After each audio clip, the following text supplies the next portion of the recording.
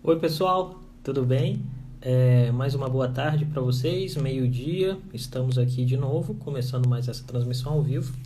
Estou me acercando de alguns cuidados aqui para que a gente não tenha nenhum incidente com o celular, nem com o microfone, né? Eu vou fixar aqui o tema do nosso diálogo,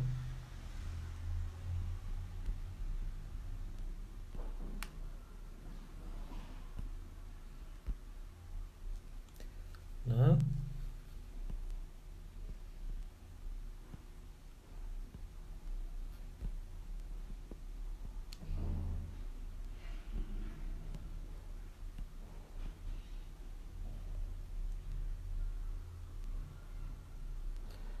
Vamos lá. Fixei. Eu tô aprendendo, gente. Eu tô aprendendo. Tenho recebido muitas ajudas aqui e tô aprendendo. A gente está tentando fazer cada dia um aprimoramento, né? O aprimoramento mais recente que eu fiz foi deu uma parada na minha barba, que depois quando eu fui rever a live de ontem eu falei, meu Deus do céu, tava um negócio assim sofrível. Vocês podiam me avisar, gente. Fala, então, faz a barba aí, cara, né? Pintei o cabelo, não tem muito, mas pintei o cabelo e tal. Eu, eu acho importante, às vezes, né? A gente fazer isso. Então, saudades barbeiro, hashtag saudades barbeiro, né? Então, olha só, pessoal, antes da gente começar aqui, primeiro eu quero dar boas-vindas, né? E dar uma notícia legal, compartilhar uma notícia legal com vocês. Nós atravessamos a barreira de 1.400 seguidores aqui da nossa página. Então, estou muito, muito feliz. A gente tem crescido num ritmo constante, né? Não é porque a gente não faz impulsionamento, vocês sabem disso. Então, tem sido graças a vocês que estão curtindo essa ideia, que acham que é legal e importante discutir um pouquinho política, deixando o fígado do lado de fora, né? Tentando se desfazer das emoções negativas e tentar entender quais são os elementos conjunturais mais marcantes da nossa sociedade nos dias de hoje. O tema de hoje, em específico, é sugestão, né? E a gente está sempre aberto, tá? Se você quer discutir algum tema, se acha que tem algum tema para a gente debater, o tema de hoje tá com Rinho? E o Ministério da Saúde, prognóstico e perspectivas. Tá com errinho? Tá com errinho aonde? Ali, aonde? E o Ministério da Saúde. Prognóstico. Rapaz, tá com errinho no E, né? Como é que arruma isso? Desafixar comentário. Né? Vou arrumar. Obrigado, Amanda, ter arrumado aí. Então, deixa eu ver aqui. O E sem acento. Esse corretor é uma maravilha, né? E aí ele não tá entrando aqui agora. Ministério da Saúde. Vou pôr aqui MS. MS. Prognóstico. E aí o Ezinho fica aí querendo me pegar. E perspectivas. Né? Perspectivas. Pá. Obrigado, Amanda. Obrigado mesmo, viu? A gente vai construindo. Eu tenho o mais fiel grupo de pessoas que me acompanham aqui. A galera me manda presente, a rapaziada me ajuda a entender os processos, é uma maravilha. Me ensina a usar Instagram, a turma me ensina tudo. Vocês são maravilhosos, obrigado. Então, pessoal, olha só. A nossa temática de hoje é discutir um pouquinho do Ministério da Saúde, né? O que tem acontecido no Ministério da Saúde, qual o prognóstico que a gente tem e quais são as perspectivas futuras. Se você está aqui pela primeira vez nessa live, não coçem os olhos na rua, né? Eu estou coçando porque minha mão está limpa e entrou um cisco aqui. Se você está pela primeira vez nessa live, qual é a regra, né? Como a gente funciona? Eu normalmente faço uma fala curta de uns 15, 20 minutos e depois a segunda metade da live é só responder as perguntas da rapaziada, né? E vocês são a rapaziada e a moçada.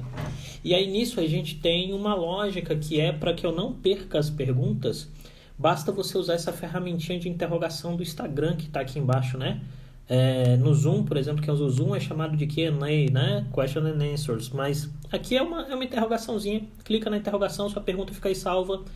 Eu tento responder todas. Se eu não te responder, tu me manda um direct que eu tento te responder por vídeo ou texto, tá bom? Mas não deixe de perguntar. As perguntas que fazem são as perguntas de vocês que fazem a live interessante, né? Eu espero que um dia o Instagram deixe a gente colocar assim, umas 20 pessoas na live, e aí eu vou aceitando todo mundo e a gente vai debatendo e construindo. Vai ser legal, tá bom? Então, olha só.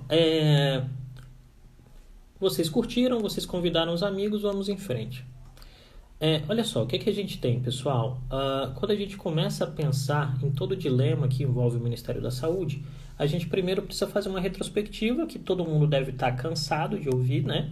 Que envolve basicamente o fato de que nós passamos por 2 ministros da Saúde no meio da pandemia, nós temos um ministro interino agora, que é o general Pazuello, e nós não temos uma perspectiva exata de um novo ministro da Saúde. O que o presidente Bolsonaro tem feito é conversar com potenciais candidatos para a vaga de ministro da Saúde, né? Conversando basicamente com a turma que tem manifestado apoio a ele politicamente e manifestado apoio à sua interpretação sobre a questão da pandemia, né? E basicamente isso quer dizer o quê? Basicamente quer dizer a turma que tem se posicionado contrariamente a políticas de isolamento / distanciamento social mais rígidas, né? E é a turma que é favorável à utilização da hidroxicloroquina como medicamento desde o início do uso, desde o primeiro diagnóstico da Covid-19. O elemento, para além disso, o que a gente precisa pensar, né?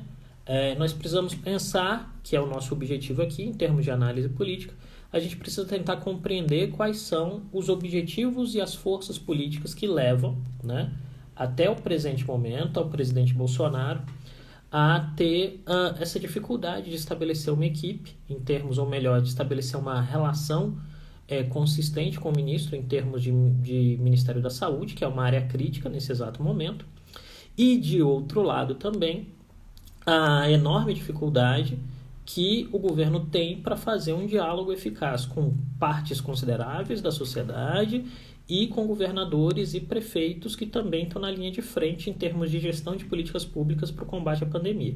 Então, esses são os nossos 2 desafios aqui. Tentando entender o primeiro, efetivamente, o que a gente tem no curso do tempo, é que o presidente teve enormes dificuldades com o ministro Luiz Henrique Mandetta, e a narrativa do governo para a saída do Mandetta era que o Mandetta, em determinado sentido, queria aparecer em franca discordância com o presidente, porque o Mandetta tinha um interesse político, né? E aí o Mandetta cai e vem o nome do Nelson Teich, que é um técnico consagrado na iniciativa privada, tá bom? E, efetivamente, teria a possibilidade de ter um melhor alinhamento com o presidente Bolsonaro e as suas lógicas, né? Gente, só um minuto, eu quero agradecer que ontem a Suelma não viu aqui a estreia do nosso microfone, mas ela me deu, então tá aqui, Suelma, nosso microfone. Obrigado aí, Guinter, pelo elogio à camisa. Então, o que acontece? Havia a percepção de que o presidente tinha um descontentamento com a lógica do Mandetta, que era a rejeição ao uso da hidroxicloroquina desde o primeiro momento, né? Vamos lembrar que o Mandetta fez uma concessão ao presidente e permitiu o uso da hidroxicloroquina dentro do hospital a partir de supervisão médica, mas o presidente queria mais do que isso, né? Ele queria vender uma narrativa de que a cloroquina tem um remédio que é eficaz, a Covid tem um remédio eficaz e esse remédio é a hidroxicloroquina. Pois bem, houve uma enorme discordância, e vocês vão se lembrar, algumas semanas de desgaste, de embate, né, entre o presidente da República e o ministro, e ao final deu a lógica, né? A lógica na relação entre ministro e presidente é que o demissível é o ministro e o ministro foi demitido. Veio Nelson Teich, com a enorme expectativa da base política bolsonarista de que o Nelson Teich assumiria a responsabilidade de criar um protocolo que desse acesso ao uso, não vou usar a palavra indiscriminado, mas ao uso liberado da hidroxicloroquina por qualquer pessoa. A partir do momento que você tem o diagnóstico, você retiraria no SUS, tomaria e pronto, né? Vamos lembrar, inclusive, que nesse contexto, o presidente Bolsonaro anunciou há mais de um mês atrás que os laboratórios do Exército estavam produzindo massivamente hidroxicloroquina, né? Justamente para fazer essa distribuição à população.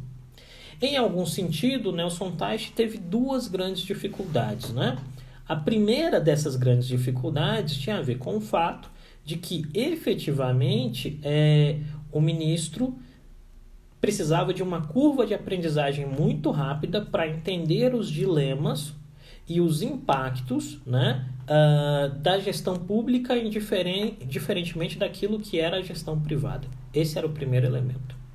O segundo elemento daí derivado era lidar com a pressão política eventual do presidente acerca do uso da bendita da hidroxicloroquina desde os primeiros momentos. E lembra, eu não sou médico, eu não sou o Átila Yamarino, né? Então não estou falando de pandemia, não estou falando de epidemiologia. Eu sou Creomar, eu sou analista de risco político, eu estou falando de política. Politicamente, a situação do Teich era a pior possível, né? Porque em termos de apoio popular, o Teich não possuía nenhum, porque o Mandetta cai com um alto índice de popularidade. Do ponto de vista político e institucional, o Teich não era do mundo político, então ele não tem respaldo de nenhuma força política dentro da esplanada que não seja o próprio presidente da República. E aí, o presidente da República opta, ao invés de um perfil semelhante ao do Mandetta, um perfil que é o oposto do Mandetta, né? Que é alguém mais discreto, cuja única semelhança é ser médico. Mas até mesmo em termos de trajetória, a trajetória é distinta, né? E o que acontece? Em determinado sentido, como Nelson Teich passa a gerir o Ministério da Saúde numa lógica de primeiro entender o que está acontecendo enquanto ele vai fazendo a transição, ele não altera substancialmente as políticas públicas que tinham sido feitas pelo Mandetta e pelo seu grupo político anteriormente.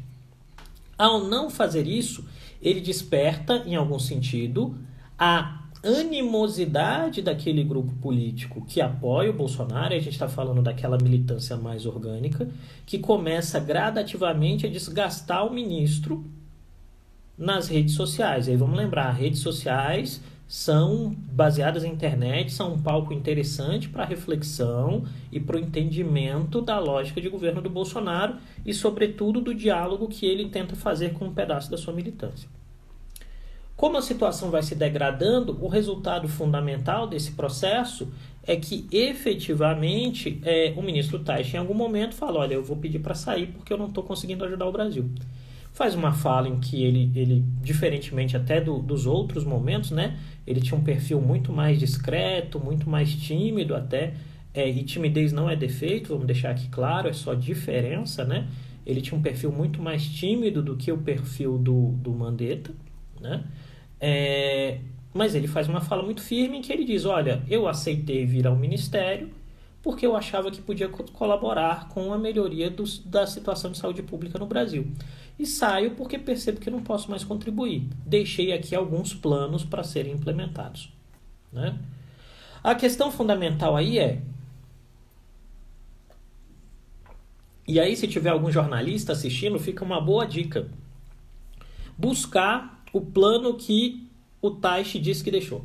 Ele disse que deixou um plano, né? Um plano de controle da pandemia e um plano de atuação para uma eventual reabertura gradativa da economia. Eu acho que seria legal achar esse plano e ver o que ele está dizendo, porque senão vira outros tipos de plano que o pessoal está jogando na internet que não tem substância nenhuma, né? Então, acho que é importante isso. A segunda coisa que é muito interessante e importante para a nossa reflexão aqui em termos de live é pensar por que a enorme dificuldade do presidente em encontrar ministros que façam o que ele quer, né? No sentido da interpretação política da situação da pandemia. Basicamente, o que nós vimos no caso do ex-ministro Luiz Henrique Mandetta e do ex-ministro Nelson Teich foi que ambos não quiseram entrar na bola dividida de assinar algo e de se responsabilizarem, né, medicamente pelo uso indiscriminado de um medicamento né? E aqui eu não vou entrar nessa celeuma boba que é toma cloroquina quem é de direita, não toma cloroquina quem não é de direita. Isso é bobagem, né? Isso é narrativa feita para agregar massas e fiéis, tá? Aqui é a análise. A questão fundamental é que, do ponto de vista médico, há uma ressalva dos dois médicos que foram ministros da saúde de que eles não queriam assinar, eles não queriam se responsabilizar pelo uso indiscriminado do medicamento. Tranquilo, esse é o fato, né? Há outros médicos que apoiam o Bolsonaro? Sim, né? Tem a doutora Nice Yamaguchi, tem o próprio Osmar Terra, que é médico. Mas uma questão fundamental é, se eles o apoiam e eles são favoráveis a esse protocolo, por que nenhum deles entrou no ministério? Acho que essa é a pergunta que a gente tem que fazer. E aí, na tentativa de entender essa pergunta, ou de responder esse diagnóstico, o que a gente pode dizer? Há duas razões, provavelmente, que fizeram com que, até o presente momento, esses perfis médicos mais alinhados ao Bolsonaro não tenham entrado ainda no Ministério da Saúde. Uma é eminentemente política, né?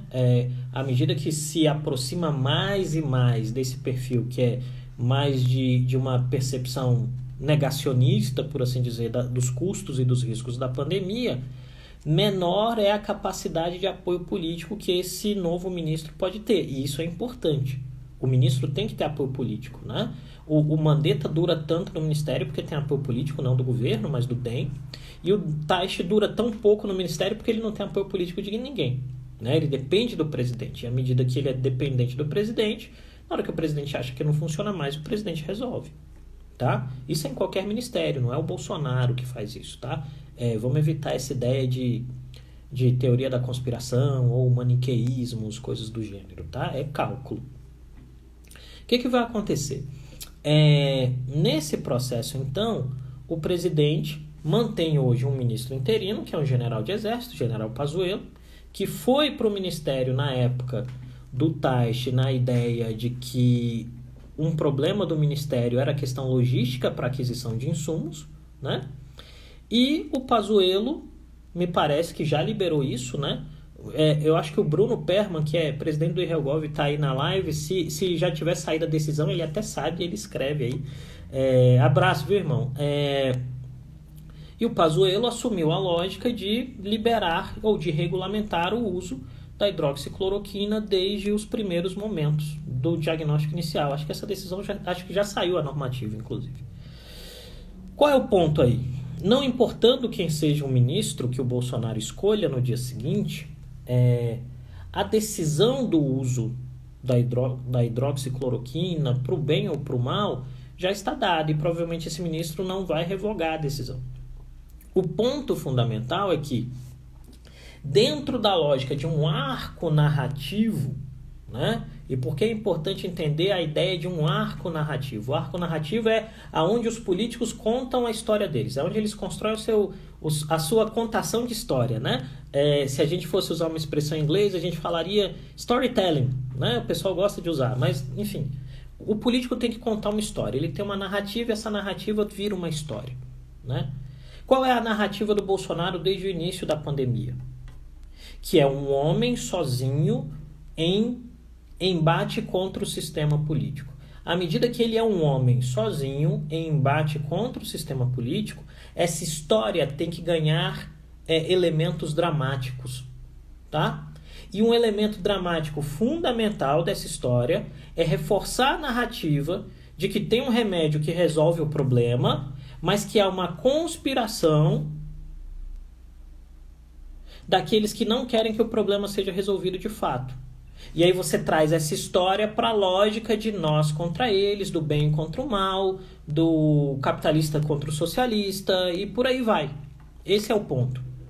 Então todo o embate que o Bolsonaro construiu em termos da hidroxicloroquina tem que, em algum sentido, ela é um enfeite que vai nessa árvore narrativa feita para reforçar a ideia de que é um homem contra o sistema. E aí por que isso funciona? Isso funciona de fato porque nós vivemos em um país onde a qualidade das políticas públicas é muito ruim, né? O que é política pública? Gente, política pública é tudo aquilo que o governo faz ou deixa de fazer. E normalmente, política pública, o cidadão comum no Brasil só sente política pública naquilo que o governo não faz, né? Que é falta de iluminação na rua, buraco na rua, assalto, não ter médico no hospital, não ter luva. E aí o que acontece? A partir desse arco, a narrativa de dizer que tem um remédio e as pessoas não querem que você tenha acesso a esse remédio, calha no inconsciente desse cidadão comum que está sempre apanhando das estruturas governamentais e ele diz: cara, é isso mesmo. Não funciona porque os caras não querem que funcione. Tem uma solução, eu quero acesso à solução. E à medida que o presidente diz que tem essa solução e que essa solução é barata, ele simplifica o discurso dizendo: não tem por que não tomar o remédio, a gente se automedica com tudo. Né? E isso vai calhar. E essa percepção e esse processo do uso de um remédio como resposta simples para uma pergunta complexa é uma característica muito forte do discurso do Bolsonaro, né? E, em algum sentido, é a forma que ele escolheu, né, estratégica e racionalmente, para lidar com o que envolve a pandemia. Né? E aí isso vai se juntar, por exemplo, à ideia de que a pauta é negativa na imprensa, de que a restrição de movimentação é uma lógica socialista e de que a gente tem um remédio e não se quer usar o remédio por quê? Entende? Todos esses fatores são construídos para essa árvore, que tem o objetivo fundamental de preservar a reputação do presidente, tendo em vista o jogo político e eleitoral. O problema fundamental em termos de métrica de políticas públicas é que a gente não sabe se isso vai funcionar ou não, porque não há estudos conclusivos. Né? E esse talvez seja o grande desafio quando você está pensando nessa questão. Né? Outro desafio quando a gente pensa na questão do Ministério da Saúde é da importação de insumos. O governo construiu a narrativa de que a importação de insumos era mera questão logística, mas não é só questão logística. A gente já conversou isso aqui uma live algumas semanas atrás. Você tem uma guerra por insumos de saúde, né, no planeta. E a maioria dos insumos estão sendo produzidos na China. E isso gera uma dificuldade. Tá? Pessoal, 22 minutos de live. Eu vou passar agora para as perguntas. Espero que tenha sido agradável até aqui. Eu agradeço as pessoas que estão entrando agora. Sejam bem-vindos, né, e bem-vindas. E eu vou passar para as perguntas. Vamos lá. Primeira pergunta. Gente, a miopia tá grave aqui. Pera aí. Eu acho que eu vou comprar um tablet. Para Bolsonaro manter a estratégia de confronto, ele não pode nomear um ministro que concorde com ele, certo? Então, essa é uma pergunta muito interessante, Priscila. Ele pode até ter um ministro que concorde com ele, a questão é o timing. E me parece que a percepção que eles têm agora é que um ministro que integralmente concorde, que vá para o embate político, por exemplo, que o Osmar Terra tem feito, né? Quem tem sido o grande embaixador das percepções do governo em termos de ação de políticas públicas em contraposição às práticas de isolamento e de distanciamento social? Tem sido o Osmar Terra. Né? O Osmar Terra tem usado seus canais de internet, tem dado entrevistas, participou de debate com o Mandetta, com o Humberto Costa, tem ido às rádios, às TVs para dizer, olha, a forma que os caras estão fazendo está errado, o jeito certo era outro jeito e ninguém quer me ouvir. Essa tem sido a narrativa do Osmar Terra. Essa narrativa de embate funcionaria com o Osmar Terra no governo? Provavelmente não. Né? Provavelmente não, por quê? Porque no governo as percepções dele teriam que ser postas à prova. Que significa dizer o quê? Ele ia ter que tomar algum tipo de medida e que essas percepções iam ser postas à prova em termos de política pública. E aí vem um detalhe interessante em todo esse processo de politização da pandemia que infelizmente a gente passa, né? Que é o fato de que, por decisão judicial, a capacidade do governo federal de interferir nas políticas de distanciamento, de isolamento, né, e em alguns casos de quarentena mesmo, que já estão acontecendo em algumas cidades brasileiras, é limitada. Né? Ela é limitada por decisão judicial. Então, o Bolsonaro construiu muito espertamente uma estratégia de embate retórico contra governadores, contra prefeitos, cujo alvo principal hoje é o João Dória, governador de São Paulo, mas de maneira efetiva, o governo tem dificuldade de fazer ações que envolvam uma sintonia com as percepções do próprio presidente, mesmo porque o risco disso é alto. Então, o governo está funcionando numa lógica dúbia, né? O Ministério da Saúde tentando implementar ações aqui com alguma dificuldade, porque você fica zerando as equipes, né? E de outro lado, o presidente numa guerra narrativa contra os seus inimigos políticos. Então, nesse sentido, me parece que o retardo em escolher um nome tem muito a ver com isso também, né? Eu não quero ir tanto na linha de frente, eu não quero pressionar tanto, eu quero ver como é que as forças vão se encaixando nesse processo. E em determinado sentido, vamos lembrar, as políticas de isolamento social têm, estatisticamente, tido muita dificuldade de funcionar em todos os estados brasileiros. E essa dificuldade estatística, essa dificuldade mensurada estatisticamente, estou falando dos graus de isolamento social em cada unidade da federação, tem poucas exceções, né? Hoje uma exceção é o Rio Grande do Sul, que tem funcionado bem, graças às ações criadas pela Leani Lemos e a Ana Júlia, né? Com o apoio do governador Eduardo Leite. E o estado de Santa Catarina, que optou por uma lógica de reabertura, mas que os casos têm aumentado, porque a doença é altamente contagiosa, isso é um fato, né? Mas outras unidades da federação têm sofrido muito, então é importante pensar isso, tá? Mas eu acho que a sua pergunta é bastante interessante.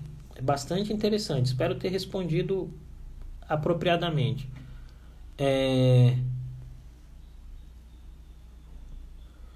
Outra pergunta aqui da Edna, né? Você acredita, gente, essa letrinha, você acredita que o interino vai ser efetivado ou está ficando para fazer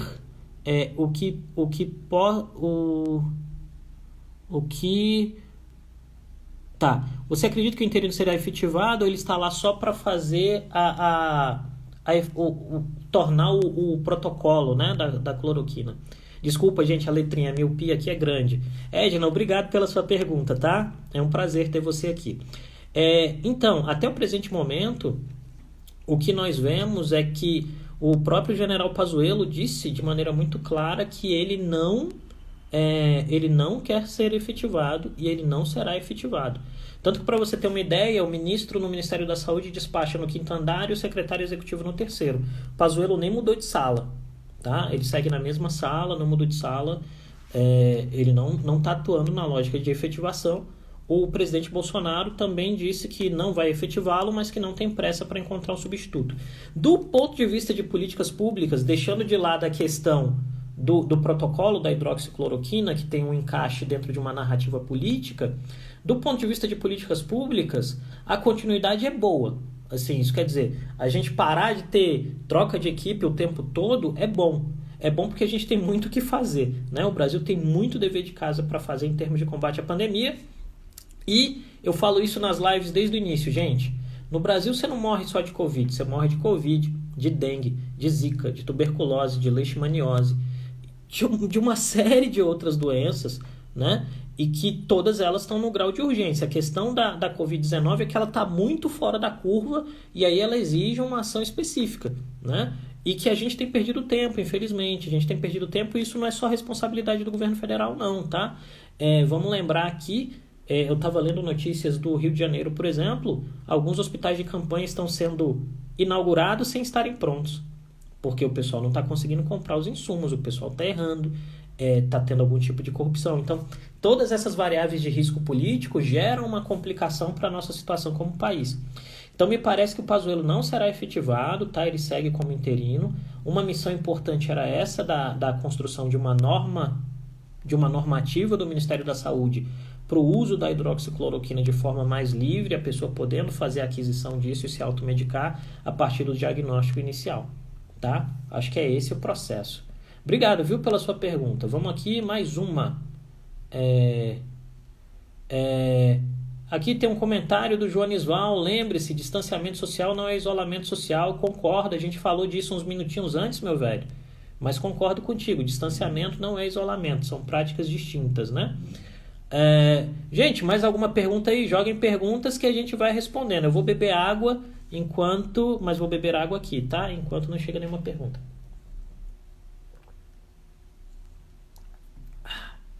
Se alguém quiser mandar perguntinha para nós, eu fico à vontade. Opa! O Lucas mandou uma pergunta aqui nos comentários, né? Existe alguma possibilidade do governo federal se entender com estados e municípios? Essa pergunta é excelente, meu velho. Do ponto de vista do cidadão comum, a coisa que eu mais gostaria é que o governo federal e os estados e municípios se entendessem. Do ponto de vista do analista, do analista político, do analista de risco político, eu creio que essa possibilidade está um pouco longe, né? Porque em algum sentido, eu quero falar disso essa semana ainda em específico, né? Porque em algum sentido falta temperança, né? Falta temperança, falta calma e falta equilíbrio para os decisores em todas as esferas para entenderem a gravidade da situação. E eu creio que a grande tragédia brasileira em termos de enfrentamento da pandemia tem a ver com isso, né?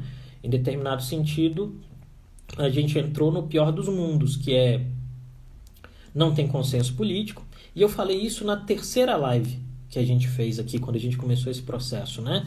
Que é a relação causal entre consenso político, né? Consenso político, construção de política pública e eficácia da política pública. E eu dei uma porrada aqui no microfone, né?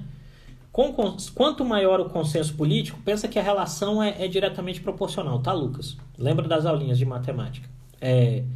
Quanto mais proporcional é o consenso, isso quer dizer, quanto mais consenso você tem, maior é a capacidade de resolver de definir rapidamente o caminho da política pública. E quanto mais rápido você define o caminho da política pública, mais dados você tem para saber se essa política pública é eficaz ou não. E nesse aspecto, um grande número de entes da União, né, governo federal, estados, municípios, tem se equivocado tomando decisões que não estão baseadas em evidência. Tá? E o que é uma decisão baseada em evidência? A primeira coisa que o Brasil deveria ter implementado, né? E a gente falou isso aqui, acho que se a Lidiane estiver aí, ela está desde a primeira live aqui com a gente, ela vai lembrar, o Brasil tinha que ter arranjado um jeito de testar as pessoas, testar massivamente por amostragem, você tinha que testar. Tem que testar para saber o nível de contágio, né? À medida que você não sabe o nível de contágio, você tem a dificuldade de construir uma abordagem. Quem está fazendo isso hoje? Quem está fazendo isso hoje é o Rio Grande do Sul, né? Os caras estão fazendo testagem, eles querem saber o nível de contágio de Covid-19, o nível de exposição das pessoas, e dividiram o estado em pedaços. E em um pedaço você tem só uma recomendação de distanciamento, e em outros pedaços você tem uma recomendação de isolamento. Distanciamento e isolamento são diferentes, né? Lembra que o Jonisval explicou isso aqui pra gente. Gente, Jonisval tá fazendo uns vídeos legais no YouTube sobre história. Depois joga o link aí, cara. Eu vi aquele ontem de São Petersburgo aí. Joga aí o link pra gente. Então, assim, em alguns lugares você vai ter só, usa máscara, fica longe das pessoas. Isso não é isolamento. Em alguns outros lugares, porque o nível tá alto de contágio, você tem que ter isolamento. Qual é o grande problema, né, em termos de conjuntura política? Em algum sentido, o presidente fez uma escolha que se fecha a economia, meu governo acabou, então vamos abrir a economia. Vamos abrir a economia a qualquer custo. E de outro lado, governadores e prefeitos com medo do rebote eleitoral, do fato de que eles administram o SUS, né? Eles são os responsáveis pelos hospitais, falaram, não, vamos fechar. E a sociedade que já está polarizada esgarçou. E a gente polarizou o que não é polarizável, que é a pandemia, né? Então, esse é um dilema e isso joga a gente em uma situação terrível. Quero dar mais uma diquinha aqui também. Acabei de falar aqui dos vídeos do Jonisval de História. Eu queria convidar vocês para assistirem um projeto muito legal que a Suelma está fazendo, que se chama Plenária, que é uma discussão que é feita todos os sábados no Instagram da Suelma Rosa. Suelma, se aparece aí e avisa a gente, tá bom? Vamos aqui para uma próxima pergunta. Lucas, espero ter respondido, tá, meu velho? Olha aí, bomba atômica, bum. E a Regina Duarte? Tá, não era o nosso foco, mas vamos na Regina Duarte. Então, a Regina Duarte saiu, né, da Secretaria de Cultura, saiu hoje de manhã, fez um vídeo de despedida com o presidente Bolsonaro. De nada, meu velho, espero que tenha te atendido. Fez um vídeo de despedida com o presidente Bolsonaro. E ela assume a Cinemateca em São Paulo, que me parece é isso, né? Ela vai ser a chefe, secretária executiva da Cinemateca em São Paulo. Me parece que um diagnóstico interessante sobre esse governo, sobre os movimentos que esse governo faz, é que esse governo é muito marcado por uma ideia de confronto, né? O governo é marcado por uma ideia de embate constante. O governo quer bater de frente porque o governo precisa de inimigos, o governo precisa de rivais, porque é a polarização que mantém é, o governo tem a necessidade de ter inimigos, de ter uma lógica que é de bem e mal, né? Se você nunca ouviu isso, ou se você ouviu a expressão maniqueísmo em algum momento da sua vida e não sabe o que é, maniqueísmo é isso, é você trabalhar com uma ideia de que tem um lado certo e um lado errado, né? Este governo, aprendendo lições de outros governos passados, construiu a ideia de que ele é um governo que é o certo e tem um inimigo muito claro, né? E esse inimigo muito claro se manifesta na mídia e em outros lugares. Quando o governo convidou a Regina Duarte, até eu achei isso, eu participei de um debate na Globo News, né? Parecia, para mim, que o governo queria construir uma ponte de diálogo com a classe artística. Mas isso, em algum momento, não funcionou, porque a própria Regina Duarte também não teve a capacidade de fazer esse diálogo, né? Ela deu uma entrevista muito desastrosa, ou desastrada, ou infeliz, né? Vamos trabalhar infeliz para não ser desrespeitoso, né? Eu creio que as pessoas merecem respeito pelas suas biografias, né? E a Regina Duarte merece respeito pela biografia dela. Ela deu uma entrevista que foi muito infeliz, me parece que ela estava sob muita pressão, muito cansada para a CNN, e isso gerou uma situação complexa, e hoje ela saiu, né?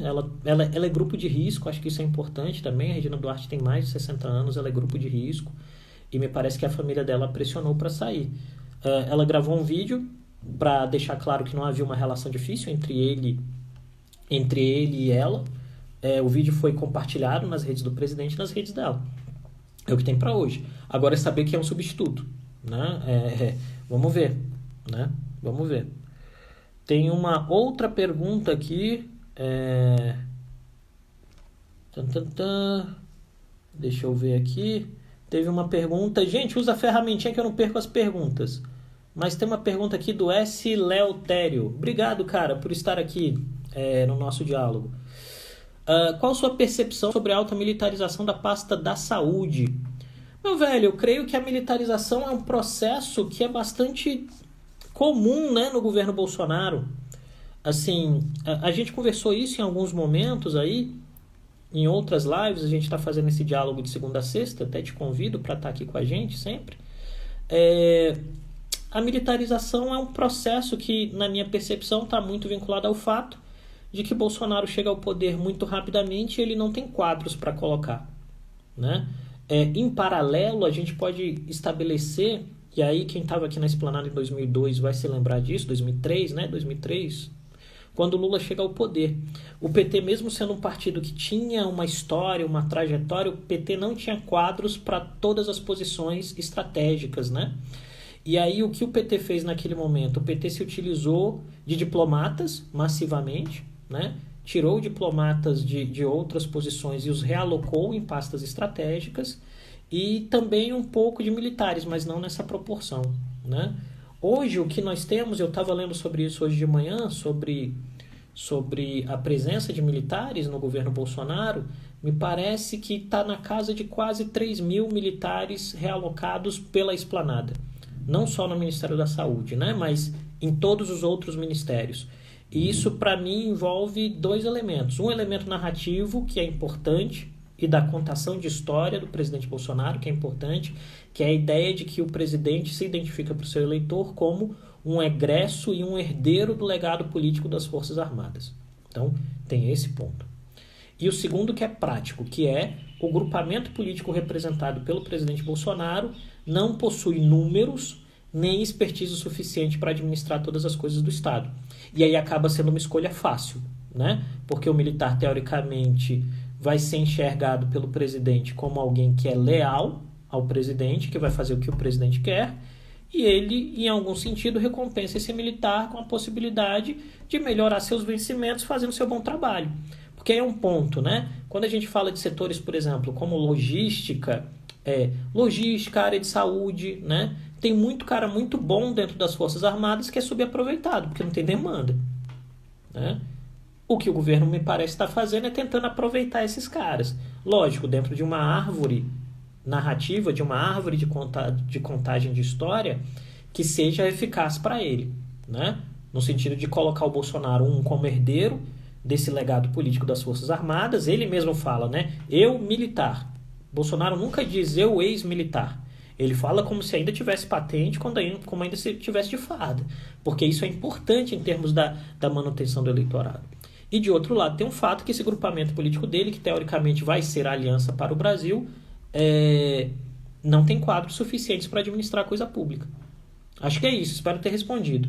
Queria aqui o comentário da Isa, né? Sempre aparece alguma bomba, né, Isa, durante a nossa live aí. De tédio ninguém morre. O Brasil é bastante interessante. Acabei de ver aqui na TV que o governo liberado o protocolo para uso da cloroquina e da hidroxicloroquina, né? Vamos ver aqui. E a Flávia trazendo aqui uma informação importante para a gente, que me parece que o Mário Frias será o novo secretário de Cultura do governo federal. E aí um ponto importante, só para fechar meu argumento, acho que é interessante. Gente, não importa quem vai ser o ministro da Saúde. A questão fundamental é como o Ministério da Saúde vai ter acesso aos recursos escassos necessários para tratar as pessoas. Quando eu digo tratar as pessoas, é colocar no respirador, tá? Assim, o desafio é esse, é colocar as pessoas nos respiradores. Esse é o desafio, tá? Porque não tem respirador, tá caro demais, a China vai querer vender pra gente? Não sei, né? Esse é um ponto importante a se pensar. Pessoal, chegamos aqui quase ao fim da nossa live. Deixa eu ver se tem mais alguma pergunta. Eu acho que não. Se alguém tiver alguma pergunta e quiser mandar aí, eu respondo uma última antes da gente terminar.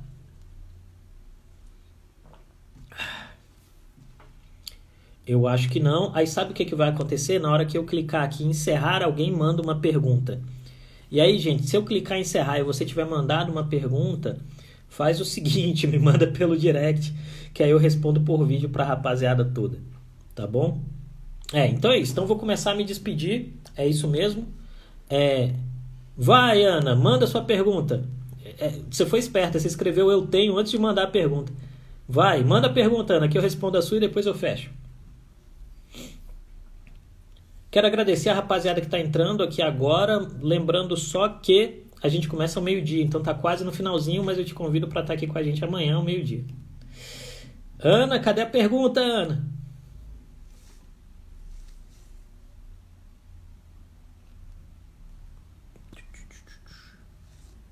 Opa!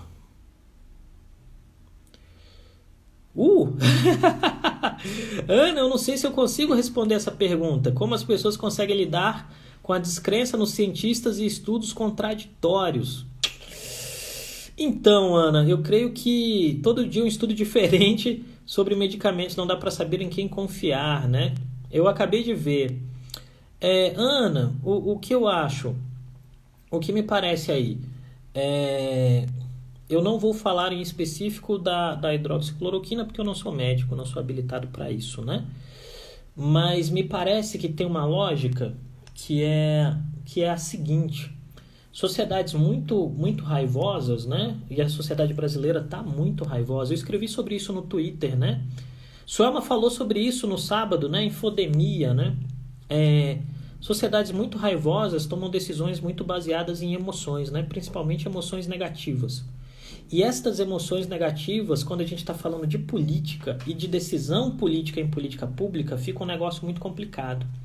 E aí o que acontece? Você tem uma chuva de informações e isso deixa as pessoas muito assustadas. E vamos lembrar que, do ponto de vista de neurolinguística, né? As pessoas sempre estão procurando segurança, né? Esse é um vetor fundamental. Assim, as pessoas querem se sentir seguras, porque elas estão procurando 3 coisas: segurança, conforto e confiança, tá? Eu quero me sentir seguro, eu quero me sentir confortável, eu quero me sentir confiante. E uma situação como essa da Covid-19 faz o que na gente? Faz com que a gente se sinta inseguro, desconfortável e sem confiança. Então, diante desse panorama, as pessoas podem ter duas opções. Elas pegam e respiram, pensam e falam, olha, eu vou ter que parar um pouco, pensar e ver qual é a resposta que se encaixa nesse mar de informações, nessa infodemia, né? Ou tem uma segunda opção. A segunda opção é agir emocionalmente, e essa ação emocional, de fato, faz com que você busque a resposta fácil para a pergunta complexa. Né? E eu não estou condenando as respostas fáceis, tá? Eu só estou dizendo que em vários momentos a resposta fácil não é a melhor resposta. E esse é o drama que a gente vive hoje. Eu creio que esse é o ponto, tá? E que a gente precisa começar a filtrar aquilo que entra na nossa cabeça e como a gente interpreta os fatos. Isso basicamente, Ana, e eu te agradeço pela pergunta, é o que me motivou a fazer essas lives, porque eu faço isso todos os dias, né? Eu perco 1 hora de almoço todos os dias. Eu tenho o privilégio de trabalhar de casa, mas assim, eu estou trabalhando enquanto eu estou fazendo minhas coisas aqui, e eu perco 1 hora de almoço para fazer esse diálogo. E por quê?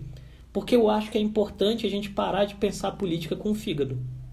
Né? Não dá para agir sem temperança, não dá para agir com raiva, não dá para achar que tem solução mágica, porque a única solução para as coisas é trabalho. Né? Então, essa é a minha ideia aqui, por isso que eu estou fazendo esses bate-papos, e eu agradeço muito as pessoas que estão seguindo. Não impulsiono nada, não sou o cara que está no Instagram o tempo todo, muito ao contrário, eu faço a live e vou me embora, né? Talvez eu esteja indo contra as regras do Instagram, né? Para atrair seguidores, que é estar aqui o tempo todo. Mas a ideia é essa, a ideia é criar um polo de reflexão objetiva, sem paixões, tipo esse negócio de fulano é mal, fulano é bom. Não, gente, fulano é fulano e Beltrano é Beltrano. Esse é o negócio. Né? O jogo é jogado, entendam isso, o jogo é jogado e a rapaziada tá jogando o jogo, e se você não abre o olho, você vira boi, né? Elemento de manada de quem tá jogando o jogo de cada um dos lados, porque falta de temperança e absurdo na fala vai vir de todos os lados, de todas as lideranças. Não há mocinhos e bandidos, há política, e a política é feita por escolhas e estratégias das pessoas, e como é democracia você tem que fazer uma boa escolha, né? Acho que é isso. Rapaziada, tô chegando ao fim do dia, tô me despedindo aqui com o meu microfone mega chique, né? Com o meu tripé mega maneiro, né? Tudo presente que eu ganhei. Queria agradecer a Suelma. Mercado Livre, patrocina nós aí, que é legal. Eu não acredito que eu falei isso. Misericórdia. É isso. Segunda a sexta, meio-dia, a gente tá aqui conversando. Eu peço, por favor, que vocês recomendem essa página aos amigos de vocês, para que a gente possa ir crescendo em número de seguidores. Isso é importante para o debate ir se aprofundando e ir melhorando, né? Passamos de 1.400, o que para mim é muito, em um tempo muito curto. E estou aqui à disposição para conversar sempre. Então amanhã a gente conversa de novo. Se você tiver uma curiosidade, um tema que você queira de fato discutir aqui, manda pra mim pelo direct, manda que a gente tenta discutir, tá bom? Eu quero agradecer muito a todas as pessoas que estão aqui, as pessoas que me mandam tchauzinho. No tripé fica mais difícil de apertar, eu fico com medo de derrubar o celular. Quem estava aqui ontem sabe que eu derrubo o celular, então eu não quero derrubar o celular. E no mais é isso, gente, tentando explicar para vocês, tentando conversar com vocês, tentando fazer com que todos nós passemos por isso juntos e melhores, tá bom? Fiquem bem, fiquem à vontade, lavem as mãos, se sair de casa toma cuidado, por favor. E lembra, na rua, prática de distanciamento, como diz o Jones Val, né? Distanciamento é diferente de isolamento. Então assim, na rua, usa o distanciamento. Se pode ficar mais em casa, isolado, faz o isolamento. Cuida dos idosos, lava as mãos, usa máscara, usa luva, né? Segue o Creomar aqui no Instagram, a gente está no YouTube também, e eu peço para que vocês encarecidamente sigam a Dharma, que é a minha consultoria política, né? Nós fazemos um trabalho muito legal. Segue a Dharma no Instagram, segue a Dharma no Twitter. Queria agradecer, ontem a Dharma passou de 1.000 seguidores no Twitter. Dharma Politics, Twitter, Instagram, segue a gente, tá bom? Pessoal, até amanhã. Beijão, se cuidem. Tchau, tchau. Fiquem bem.